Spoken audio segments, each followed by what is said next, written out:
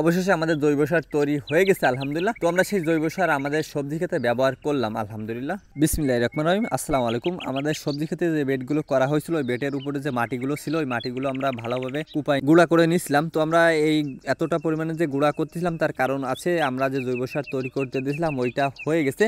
তো ওইটা আমরা এই মাটির সঙ্গে মিলাবো। তো এইখানে যদি ইটেল থাকে তাহলে কিন্তু ওই জৈব সারের সঙ্গে মিলবে না, মিক্সিং হবে না। তার জন্য মূলত আমরা মাটিটা ভালোভাবে গুঁড়া করে নিয়েছিলাম। প্রথমে গুঁড়া করার পরে আমরা জৈব সার মিক্সিং করছিলাম। এখন যেটা দেখা যাচ্ছে এটা হচ্ছে জৈব সার। তো এইটা আমরা 1.5 মাস আগে প্রায় করতে দিয়েছিলাম এইখানে। তো জৈব সারের এত সুন্দর কালার আসে, মানে আমরা বুঝতে পারিনি, আমরা আশা করিনি এত সুন্দর কালার আসবে। 1.5 মাস হওয়ার পরে আমরা এর আগে কিন্তু এর ভিতরে 2 বার নাড়িয়ে দিয়েছিলাম, উলট পালট করে দিয়েছিলাম। তখন আপনাদের দেখাতে পারিনি, কোনো একটা কারণে আমাদের ব্যস্ততার কারণে আপনাদের সেটা দেখাতে পারিনি, আমরা খুবই দুঃখিত। তো 1.5 মাস হয়ে গেছে, এখন এত সুন্দর কালার আসছে। এই জৈব সার আমরা কিন্তু প্রথম করতে দিয়েছি। তো এতটা পরিমাণে যে হয়েছে, আমরা আল্লাহর কাছে লাখ লাখ শুক্রিয়া যে আমরা প্রথমবারই সাকসেস হয়েছি আলহামদুলিল্লাহ। তো আল্লাহর কাছে আবারও শুক্রিয়া জানাই যে আমরা প্রথমেই করতে দিয়েছি, আবার মানে এইটা এরকম ভাবে হয়েছে। আমরা এইটা নিয়ে আমাদের বেটের উপর দিয়ে ভালোভাবে বিছাই দিছিলাম। তো মানে এমনভাবে বিছাচ্ছিলাম অল্প অল্প করে, এটা ছাড়িয়ে দিছিলাম মাটির উপর দিয়ে, যেটা ঝুরঝুর করা হয়েছে মাটি তার উপর দিয়ে জৈব সারটা বিছাই দিছিলাম।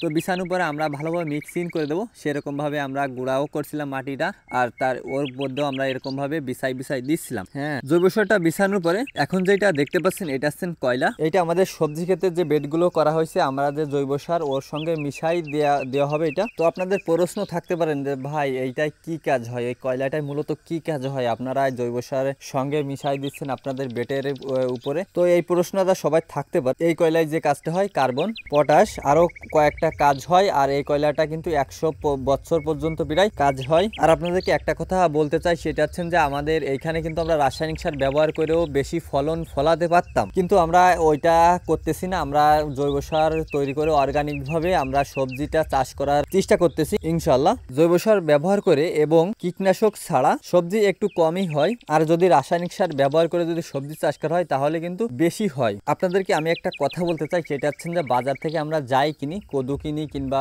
বেগুন কিনি, এইগুলো কিন্তু আমরা পরিষ্কার, আমরা ভালোটা কিনি সবসময়। তো ভালোটা মানে কীটনাশক রাসায়নিক সার এত পরিমাণ যে ব্যবহার করছে, মানে ওইটা কিন্তু বিষ হয়েছে, তবুও আমরা কিন্তু ভালোটা সবসময় কিনি। আমরা বাজার থেকে পোকাটা কোনো সময় কিনি না, কিন্তু আমরা বুঝি না যে পোকাটা আছেন ভালো, যেহেতু পোকায় খাচ্ছে সেইটা আছেন খাওয়ার উপযোগী, কিন্তু আমরা সবসময় ফ্রেশটা কিনি। কিন্তু ফ্রেশটাই যে এত পরিমাণে বিষ, মানে কি বলবো, এতে মূলত আমাদেরই দোষ। আমরা তো বাজার থেকে সবসময় ভালোটাই কিনি। আর যারা সবজি ফল উৎপাদন করেন তাদেরকে আমি একটা কথা বলতে চাই, সেটা হচ্ছে আমরা রাসায়নিক সার ছেড়ে আমরা যদি জৈব সারে চলে আসতে পারি তাহলে কিন্তু আমরাও ভালো থাকি, আমাদের শরীরটাও ভালো থাকে, আমরা অন্যজনকেও ভালো রাখতে পারি। তো এইটা আমরা একটু ভেবে দেখবো। তো এই ছিল আজকের ভিডিও। তো আপনার জন্য আল্লাহর কাছে দোয়া করি, আল্লাহ যেন আপনাদের ভালো লাগে।